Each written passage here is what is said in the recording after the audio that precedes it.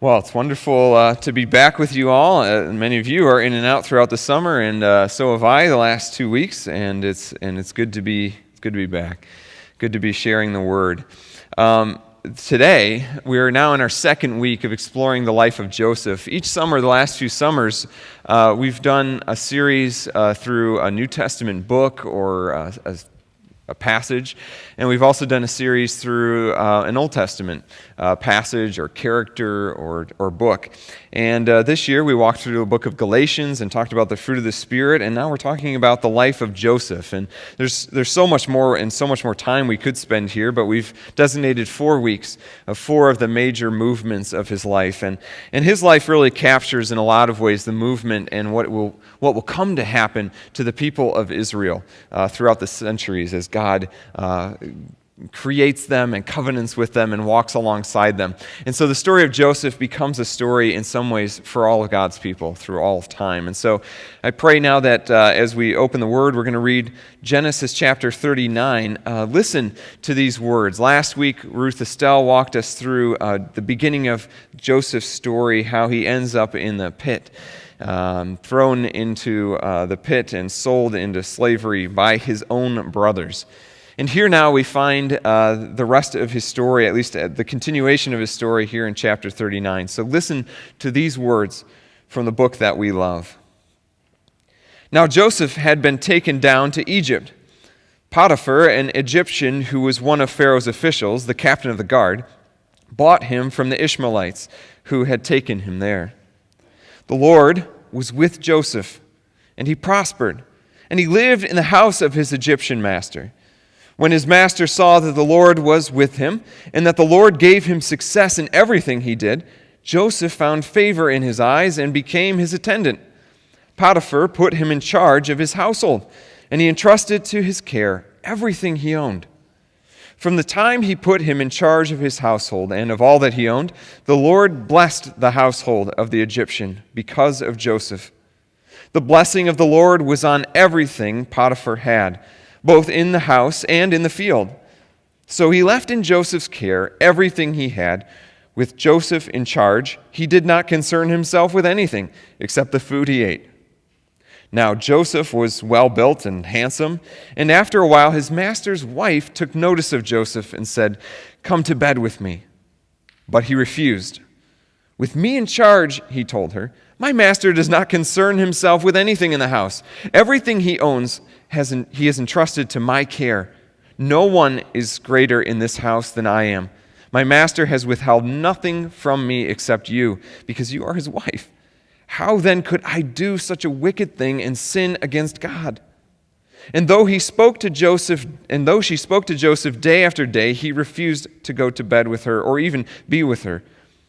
One day he went into the house to attend to his duties, and none of the household servants was inside. She caught him by his cloak and said, "Come to bed with me." But he left his cloak in her hand and ran out of the house. When she saw that he had left his cloak in her hand and had run out of the house, she called to her household servants. "Look," she said to them, "this Hebrew has been brought to us to make sport of us. He came in here to sleep with me, but I screamed. When he heard me scream for help, he left his cloak beside me and ran out of the house." She kept his cloak beside her until his master came home. Then she told him this story. "That Hebrew slave you brought us came to me to make sport of me. But as soon as I screamed for help, he left his cloak beside me and ran out of the house." When his master heard the story, his wife told him, saying, "This is how your slave treated me." He burned with anger. Joseph's master took him and put him in prison, the place where the king's prisoners were confined. But while Joseph was there in the prison, the Lord was with him. He showed him kindness and granted him favor in the eyes of the prison warden. So the warden put Joseph in charge of all those held in the prison, and he was made responsible for all that was done there. The warden paid no attention to anything under Joseph's care, because the Lord was with Joseph and gave him success in whatever he did. This is the word of the Lord. Thanks be to God. So last week we ended the story where the hero of our story was tossed into a pit by his own brothers and sold into slavery. And so in some ways, it'd be easy to feel like things might be looking up for our hero, but not really. It's easy to forget the scope of the story here. It's easy to forget that he was sold by his brothers into slavery, sold into a foreign land to an Egyptian master. And yes, he was given some responsibilities, but he was also then, of course, here in this story, as we just read, blamed. Though he did the right thing, he was thrown into prison. And when I was reading this, I was thinking about how easy it was to forget of how bad this situation was for Joseph. And I was thinking, why is it so easy for me to forget that? Not that I actually forget it's bad, but I forget how bad it is. And it's partly, I think, because in this passage, if you caught it, the word blessed is used a lot.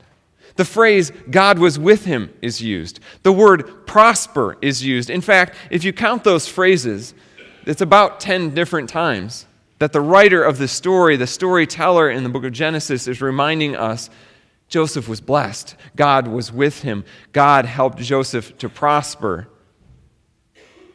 And yet the story ends with him in prison. Absolutely no better off, in fact, worse off than when chapter 39 starts. And yet he's blessed? There's a few things that we need just to state the obvious in this story. And in fact, this is a great story for reminding us of simple truths that we so often forget. And the first one that it reminds me of is that doing the right thing doesn't guarantee a smooth road. And doing the right thing, in fact, can even lead us to trouble in this life and in this world. And let me repeat that this is one of those things that, of course, we all know, but how easy it is to forget. How easy it is to forget that we may not be experiencing the trouble or the hardship that we're experiencing because we somehow went wrong along the way, or that somehow God has left us, but simply because this is part of our story. This is part of living in a broken world. There's actually a part of this story that really stands out to me that reminds me of what's happening here. And it's the way that Potiphar's wife names Joseph. Or rather, she doesn't name him at all. What does she call him? That Hebrew slave. Racism. He's not only experienced betrayal by his brothers, slavery, but now that insinuation, right, that even with all the power he has in this house, he is so distinctly, just in that one phrase, reminded that he is powerless. That Hebrew. She says it twice. The storyteller wants us to notice that. In fact, the salacious part of this story, right, is what we tend to always remember. In fact, and you probably can't see that very well, but it's a famous painting from the 1700s by an artist, Noel.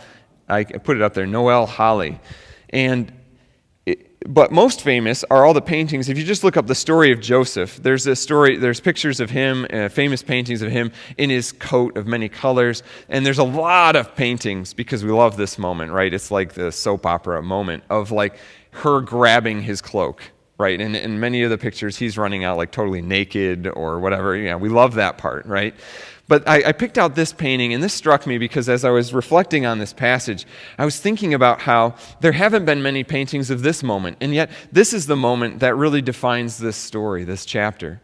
It's the moment, and if you can't see it, it's Potiphar's wife pointing at him. It's Potiphar standing by her and looking with anger and shock. It's Joseph standing there, helpless and powerless.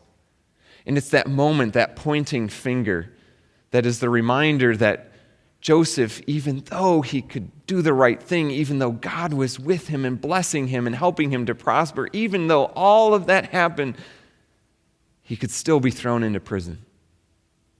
That Hebrew slave that you brought into our house. And how quickly it turns, doesn't it? Suddenly, he's the second in charge in the household. He goes from that to being thrown in prison. How quickly Potiphar himself, right, forgets all of the trust and the years of trust that he has invested into Joseph. And suddenly, with one accusation, he's thrown into prison. I'm reminded of how many people throughout history have learned this lesson so hard, right? That doing the right thing doesn't guarantee a smooth road. I'm reminded of even now at this moment that there are groups gathered in Charlottesville, Virginia, who are still blaming those Hebrews or blaming black people or people of color for all of their ills. There are still pointing fingers. There is still people suffering even though they do the right thing over and over again. I'm reminded of images that I've seen these last few days. In fact, this very weekend, exactly 1 year ago, Lisa Sharon Harper was sharing the word with us, and many of you were here. She was one of those walking in the front of a group of clergy that were walking through Charlottesville, Virginia this weekend. And there were images that I saw of her and this group of clergy praying in silence and walking through the streets, and there were armed people around, which I initially thought were guards, and then came to realize, as other people had noticed when they looked closer at the pictures, that they weren't police or National Guard at all. They were just militia people carrying semi-automatic weapons around, Confederate flags on their uniforms. You might do the right thing and still end up in prison. You might do the right thing and still not experience what so many people and what we so often say is God's blessings. And yet, this passage dares to say that Joseph was blessed. So we are reminded of another simple truth that we so often forget, that God's blessing, which it reminds us, if just in case you're forgetting or if you're following along, it reminds us that Joseph is blessed by God in verses 2, 3, 5, 21, and 23. The storyteller wants us to know this, that despite everything that we might be seeing in the story, that Joseph is still blessed by God. So God's blessing is complicated.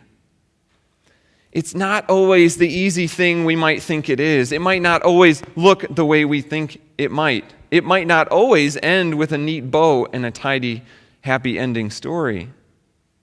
And yet it persists. It still exists. It still presses on. It still is powerful. Joseph's faithfulness is rewarded. Right? We're reminded that Joseph, through this story, we are reminded of how incredibly strong and faithful he is. That's what this story just embodies for him, that he shows up and in a situation of slavery, he still perseveres and still recognizes the blessing of God, and in moments of temptation and the chance to give in and to give up on his own kind of like moral center, he does not give in. And then even when he's thrown in prison, we're reminded at the end of this story that he does it once again and is able to gain the trust of the prison guard and to be given responsibility. He is faithful, and his faithfulness is rewarded, and yet he is still accused. And he's rewarded, yes, and he's given great responsibility, but he's still, at the end of this story, he's still in prison. And so God's blessing is so much more complicated than we might think at first glance. And I was reminded of that very powerfully in a story that I read this week. And it was a story that was shared by several news outlets, but I read a very moving piece, if you look it up in BBC News. And it was it followed this woman named Erica Bridgeford. And many of you won't know who she is. I didn't until I read the story. And it was about Baltimore. And Baltimore, if you've read the news, has had a higher per capita murder rate than Chicago or Detroit or any of the other cities you might have heard more about. And yet it's Baltimore that's really in some ways been struggling the most, and just as a city has been just heartbroken. There's just been a lot of tragedy, and she is one of the people who spearheaded this idea, so simple and yet crazy, and they called it a ceasefire. They were just hoping that they could make it. Their goal was simple, just 72 hours without a murder in the city. Just 72 hours. And literally, they were so desperate, and they were trying to have such a simple message that their tagline on some of their banners and their social media stuff, it was simple and heartbreaking. Nobody kill anybody.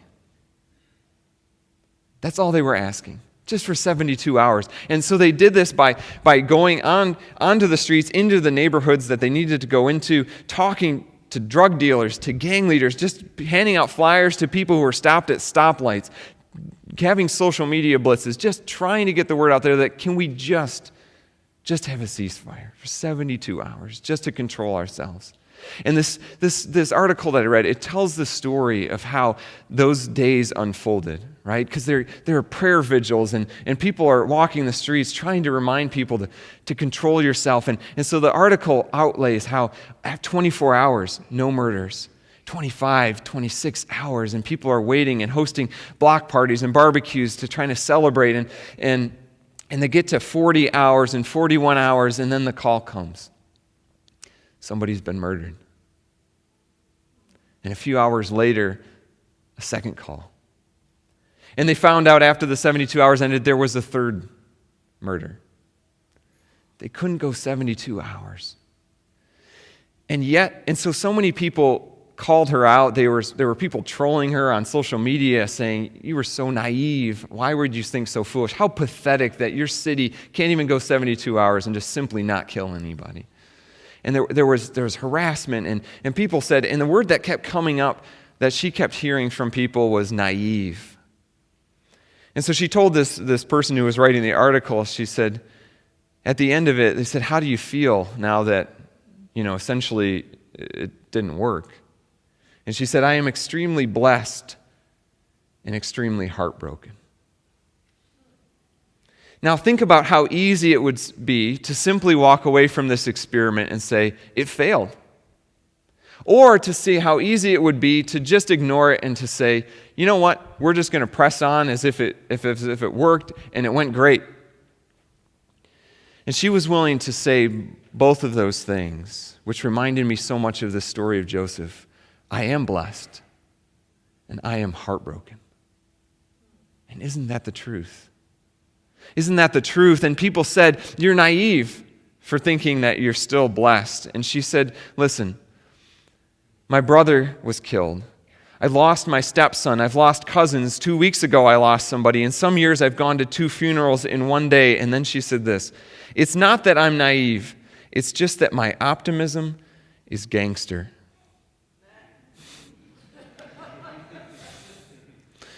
And I laughed. I laughed out loud just like you did.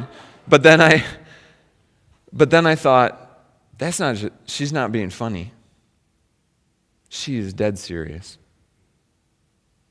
I don't just have optimism, right?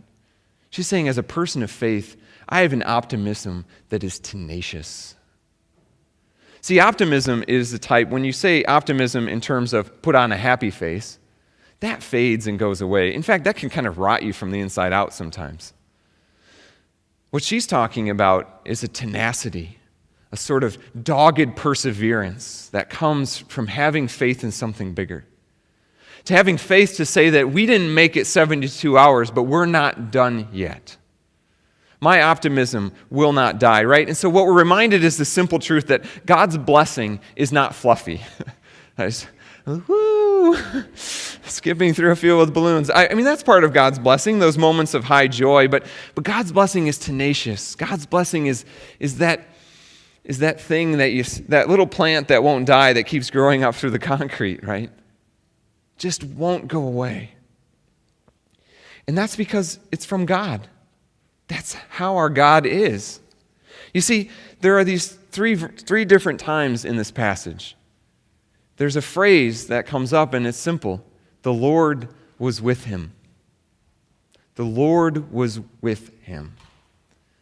And more than anything else, I think this story has persevered.